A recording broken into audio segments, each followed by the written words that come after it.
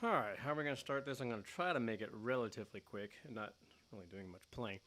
But I had a gentleman ask me about copying or making a patch about the Victory V30. And it's something that I actually did before I sold my V30. When I had sold my V30 and V40, I sold everything, my entire pedal board and all. So the first thing I did with that, when I got this Helix, was to see how good the speaker emulation was with the power cab and the Helix together. So I actually unpacked my V30. I had to sit over in a corner, and I set that up, and I had the matching cabinet, which is 2 Celestion V30s in it.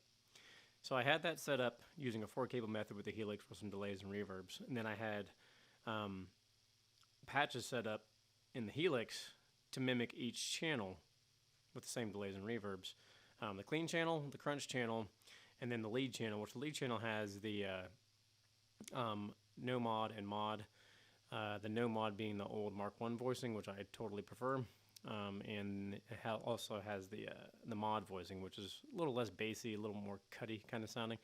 But I replicated all those, and it got to the point, especially with that lead channels, which I was really, really concentrating on first, and then I went to the clean channel and got that very close too. It got to the point where I was going back and forth, and I actually didn't know which one was on sometimes because they were dead center, both like right in front of me. And that's when I realized, like, my God, this Helix and power cab, you could pretty much dial in just about everything, because I was truly blown away at how close that was. Now, how are we recording this today? I'm using the direct outs of the backside of the power cab, plus I have the Zoom H6 XY to capture some of the speaker emulation from the room. You're not really going to get what it is in the room, whether you're going to play through a power cab like this one and using the V30 speaker emulations in it, if you have the same setup I do with the Helix and the Power Cab 212, or if you're using just an HX Stomp kind of concept. I mean, you're going to do some tweaking and stuff, but and the only reason I even did this in the first place was I had jumped onto that, what's the name of that? It is the PV Panama amp, and I started playing with that, and I was like, my God, that sounds just like my damn V30.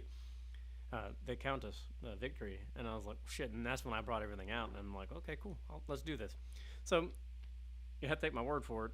They're spot on. That's the only way I can say it. Everything. I spent a lot of time going back and forth until I was just tired of doing it, and I just couldn't tell the difference. So we're going to start off the clean channel, and for all these patches I have set up, this will be a little bit boring, but if you want to emulate some of this, you might find it interesting. The direct out is a Royer 121. Let's see. I'll just look at the damn screen. It's Royer 121, 3 inches, 60 hertz low cut, 8 hertz high cut. That's the same across for all these patches. So we're going to start off in the clean channel of the Victory V30. All right. Amp we're going to be using is the Archetype Clean. That's the one I picked just first, and I was like, damn, that thing's spot on. So let's run through this real quick. A little quick tone sample.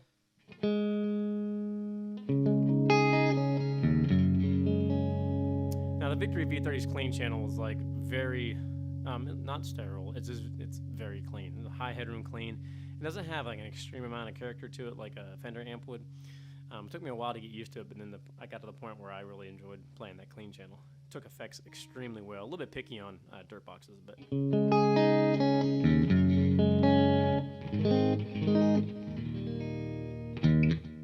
All right, so let's knock this part out real quick. Amp is the Archetype Clean.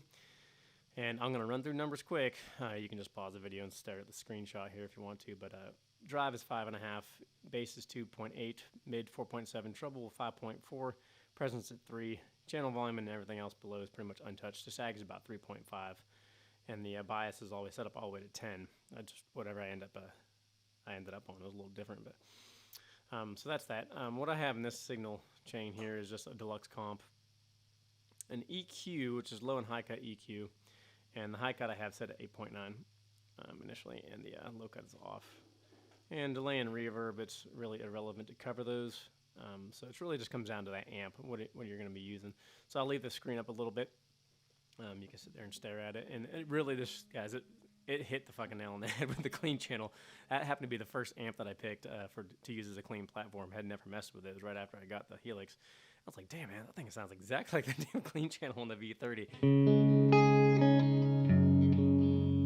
That nice firm kind of low end.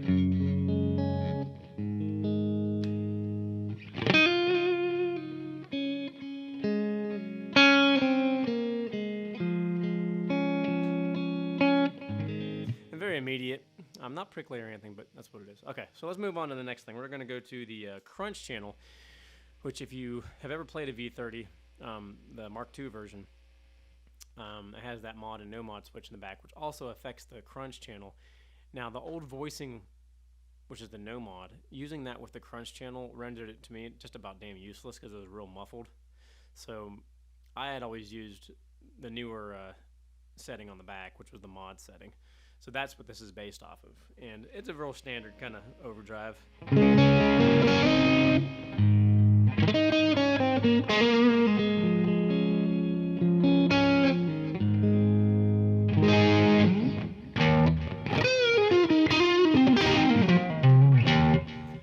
Today's not a noodling day. What is the amp? It is the PV Panama, and it will be the PV Panama for the crunch channel.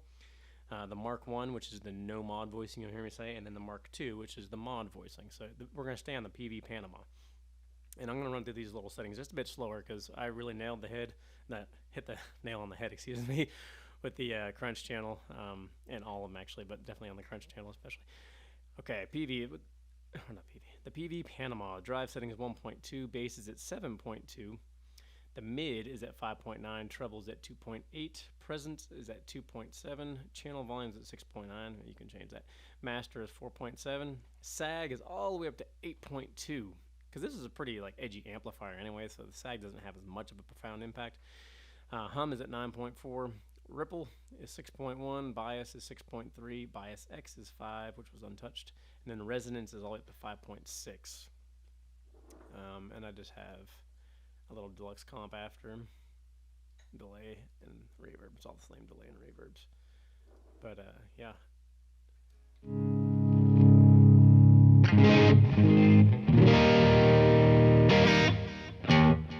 My hair out of tune today, but hey, whatever. Alright, so that's the crunch channel. I always enjoyed the crunch channel. I stopped using it after a while. I ended up with so many damn overdrive pedals, I just stuck with the lead channel. So here is this is the no mod voicing, which is the lead channel no mod, the original voicing, the Mark I voicing. I took to this channel and loved it until the day I sold that amp, especially with Stratocasters. Okay, so let's see. That was one thing I noticed with this particular guitar, was this Warmoth with the Mojotone 59 clones in it. It just had this clarity, but it was gainy. And that's what I love about a Strat with some gain stuff, that you can still retain clarity. And that amp did a really good job of that.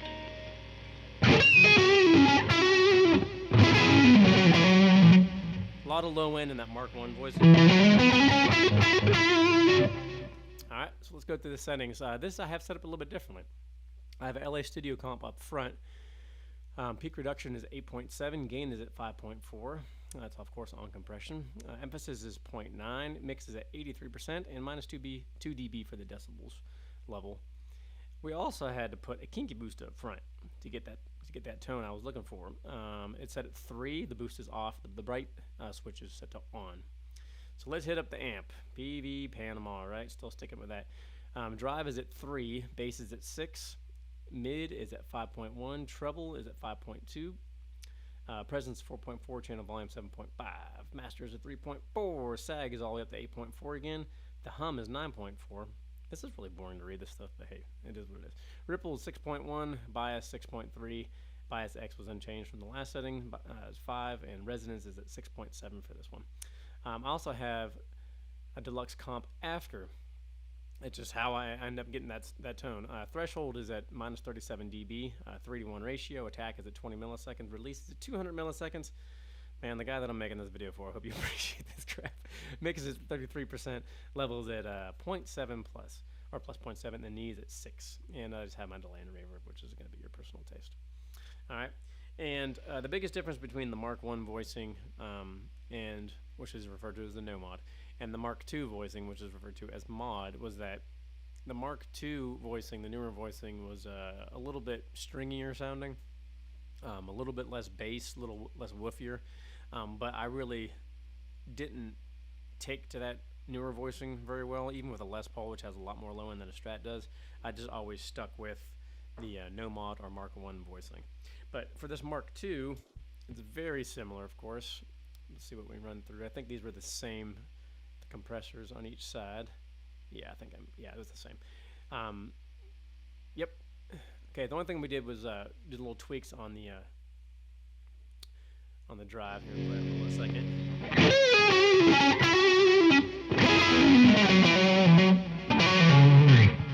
So I mean, it is very inherently similar to the Mark 1 voice thing. It's just a little bit stringier sounding, and once you set these up and you go back and forth, you'll see.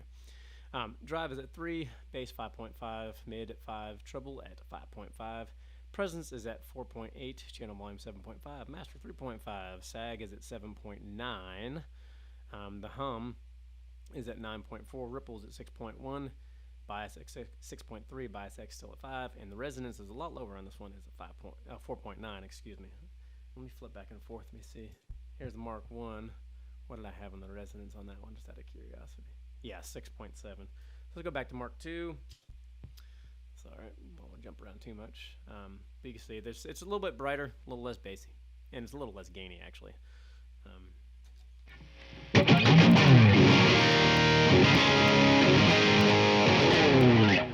But I always like that, the Mark 1 voicing. The Strat, especially, just skanky.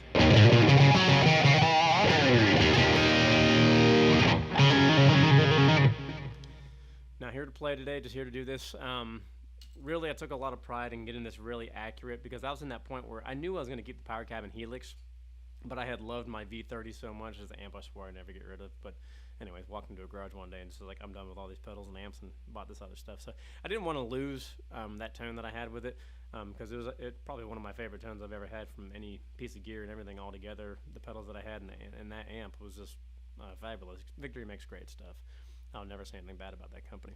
But anyways, enough rambling. I did it as accurately as possible. Like I said, however, whatever platform you're using, you're going to do some tweaking and stuff, of course, with mic placement and whatever kind of mic you want to use, whatever cab you want to use, whatever. But if you do use the Helix and power cab, like I said, that's set to the V30 speaker emulation in there, and I don't care what anybody says. I've watched videos that says, oh, those don't sound like those speakers. The hell they don't. they were, both of them were sitting right in front of me, first-hand experience, and I have no reason to be dishonest about it. You know, that's all my money. It's, you know, it is what it is, man. So the dude that I'm making this for off of Reddit, man, I'll send you that link, and I hope you appreciate it. Hopefully I didn't run that too fast, and hopefully it's all audible. So, video of the day. Have a great day. Peace.